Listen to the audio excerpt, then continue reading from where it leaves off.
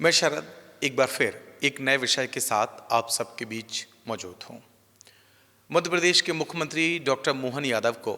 मुख्यमंत्री की कुर्सी संभाले हुए अभी कुछ ही दिन हुए थे और गुना में एक बड़ा हादसा हो जाता है। अगर मैं गलत नहीं हूँ तो वो तारीख 27 दिसंबर 2023 थी। उस रात 8 बजे एक बस हादसा गुना में हो जाता है और बस में आग लगने से करीब 13 लोगों की दुखद मृत्यु हो जाती है।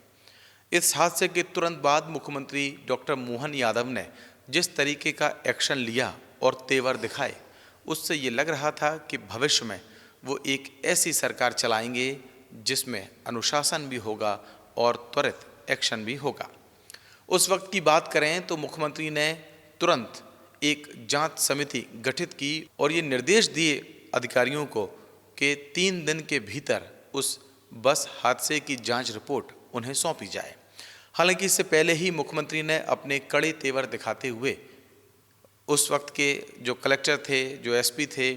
और जिम्मेदार डिप्टी ट्रांसपोर्ट कमिश्नर थे, उन पर एक्शन लेते हुए उन्हें तत्काल प्रभाव से हटा दिया था। ये कार्रवाइयाँ ऐसे वक्त में हो रही थी जब मोहन यादव को कुर्सी संभाले हुए कुछ ही दिन हुए थे और उनके तेवर से पूरा प्रशासनिक अमला हिला हुआ था और इस बात के संकेत मिल रहे थे कि मोहन यादव आने वाले समय में आखिर कैसी सरकार चलाने जा रही हैं। आने वाले वक्त में कई दिनों तक इस तरीके के तेवर मुख्यमंत्री डॉक्टर मोहन यादव के दिखाई भी दिए। फिर एक और फैसले ने सबको चौंकाया और उस चौंकाने वाले फैसले में जब ओबीसी आरक्षण पर बातचीत की बात आई तो मुख्यमंत्री डॉक्टर मोहन यादव ने एक सर्वदलीय बैठक बुला ली और उस सर्वदलीय बैठक में न केवल कांग्रेस के प्रतिनिधि बल्कि समाजवादी पार्टी और भी जो विपक्षी दल थे उन सबके प्रतिनिधि मौजूद रहे। चर्चाएं होने लगीं कि आखिरकार ये इतना बड़ा फैसला जिस ओबीसी आरक्षण के विषय पर पूरी लड़ाई क्रेडिट की हो रही थी, क्योंकि जब कमलनाथ की सरकार मध्य प्रदेश में बनी थी 2018 के बाद में, तो वो सरकार ये दावा करती रही कि ओबीसी को 27% का जो आरक्षण मध्य प्रदेश में देने का काम है वो उनकी सरकार ने किया। लेकिन बीजेपी उसके बाद से, या जब सरकार गिर गई कमलनाथ की, तो उसके बाद से ये आरोप लगाती रही थी कि क्योंकि कानूनी तौर पर कमलनाथ ने ये फैसला सोच समझ कर नहीं लिया, लिहाजा ये कानूनी पेचीदगियों में फंस कर रह गया और फिर उसके बाद की जो प्रक्रिया हुई 27% आरक्षण को लेकर, उसमें बीजेपी की भूमिका अहम है। हालांकि फिर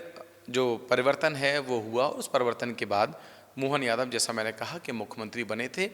और ओबीसी आरक्षण के इस फैसले का जिक्र मैं इसलिए भी कर रहा हूं क्योंकि ये जो फैसला था मुख्यमंत्री डॉक्टर मोहन यादव का सर्वदलीय बैठक बुलाने का, वो भी अपने आप में चौंकाने वाला था।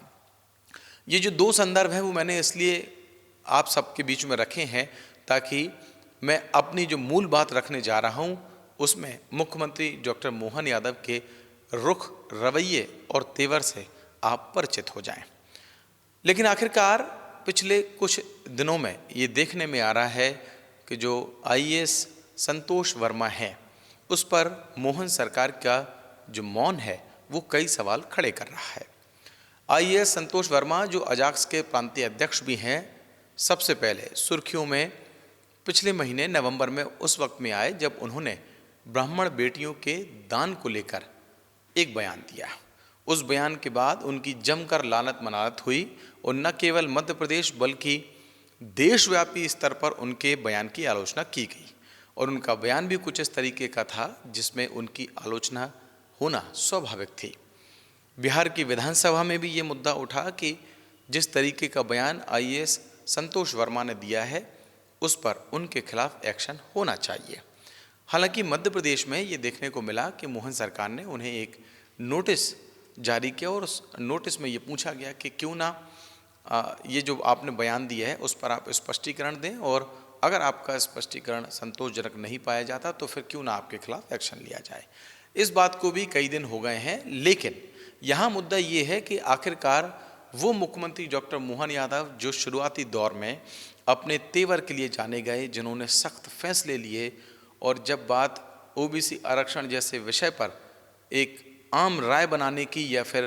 कोर्ट में कानूनी पहलुओं पर अलग अलग मत ना हो, एक मत करने के लिए सर्वदलीय बैठक बुला ली, तो फिर वही मोहन सरकार आखिरकार आईएएस संतोष वर्मा पर इतना इंतज़ार क्यों कर रहे हैं वो एक्शन लेने के लिए जिसकी अपेक्षा उनसे की जा रही थी। यहाँ ये बात ध्यान देने वाली है कि जब से संतोष वर्मा ने ये बयान दिया है, पहला उनका ये बयान था जो ब्राह्मण बेटियों के संबंध में था, जिस पर उनकी आलोचना हुई। इसके बाद उनका एक और बयान सामने आया और वो हाल ही में सामने आया, जिसमें भी वो ये कहते हुए दिखाई दे रहे हैं, एक तरीके से खुद को शहीद का दर्जा देने जैसी स्थिति में लग रहे हैं कि एक अगर संतोष को मारेंगे तो घर घर से जो संतोष है वो निकलेगा। जिस तरीके के बयान आम तौर पर भाजपा के नेता पसंद नहीं करते और उसी तरीके के जो बयान हैं वो आईएएस संतोष वर्मा की ओर से दिए जा रहे हैं। सवाल ये है कि आखिरकार सरकार उनके खिलाफ में एक्शन लेने में इतना इंतज़ार क्यों कर रही है, और जब ये इंतज़ार कर रही है तो फिर उस दौरान में आईएएस संतोष वर्मा को इस बात का डर क्यों नहीं है कि अगर वो एक के बाद एक इस तरीके के बयान देंगे जिन पर सवाल खड़े होंगे तो उन पर पहले से ज़्यादा जो सख्त फैसले हैं वो हो सकते हैं। लेकिन शायद ये सरकार की खामोशी ही है जिसने आईएएस संतोष वर्मा के जो हौसले हैं उनको बुलंद कर रखा है और उन्होंने एक और बयान दिया है। मैं उस बयान का जिक्र यहाँ दोबारा करके फिर उनके वजन को और नहीं बढ़ाना चाहता, लेकिन सवाल ये ज़रूर है क्योंकि मुख्यमंत्री डॉक्टर मोहन यादव अगले 2 दिन बाद यानी कि 13 तारीख को अपने कार्यकाल के 2 साल पूरे कर रहे हैं और इस 2 साल के कार्यकाल का उनका कार्यकाल जब पूरा होगा तो फिर ये आकलन ज़रूर किया जाएगा कि पिछले 2 साल में आखिरकार उनके जो फैसले रहे, उनके जो तेवर रहे वो किस तरीके के रहे। जिसमें पहली घटना जो मैंने गुना के संबंध में उल्लेख की थी, क्योंकि वो पहली बड़ी घटना थी जिस पर मुख्यमंत्री डॉक्टर मोहन यादव का इस तरीके का एक्शन आया था, जिसमें ये लग रहा था कि वाकई में वो एक सख्त और ऐसे प्रशासक के तौर पर काम करेंगे जिसमें गलतियों के लिए या फिर अनुशासनहीनता के लिए कोई जगह नहीं होगी। लेकिन धीरे धीरे वक्त के साथ शायद उनके इन बयानों की जो धार है वो कुंद हो गई है और आईएएस वर्मा जैसे जो अधिकारी हैं, संतोष वर्मा जैसे अधिकारी हैं, उनके हौसले बुलंद हो रहे हैं। कुछ सवाल इस तरीके के भी उठ रहे हैं कि कहीं ये वजह तो नहीं है क्योंकि वो अजाक्स के प्रांतीय अध्यक्ष हैं और एक समाज वर्ग का प्रतिनिधित्व करता है, वो जो संगठन जिसका प्रांतीय अध्यक्ष होने का वो दावा करते हैं, वो कहीं नाराज़ ना हो जाए। उस नाराज़गी की वजह कहीं मुख्यमंत्री डॉक्टर मोहन यादव के जो हाथ है वो आईएएस वर्मा पर एक्शन लेने में थोड़े से हिचक रहे हैं। देखना होगा कि जब 2 साल की उपलब्धियों के संदर्भ में वो अपनी बात रखेंगे और निश्चित तौर पर उन्हें इस सवाल का सामना ज़रूर करना पड़ेगा और जब इस सवाल का सामना करना पड़ेगा तो फिर उनका जो जवाब होगा वो भी कहीं ना कहीं देखने लायक होगा। लेकिन उससे पहले एक सवाल ये ज़रूर है कि क्या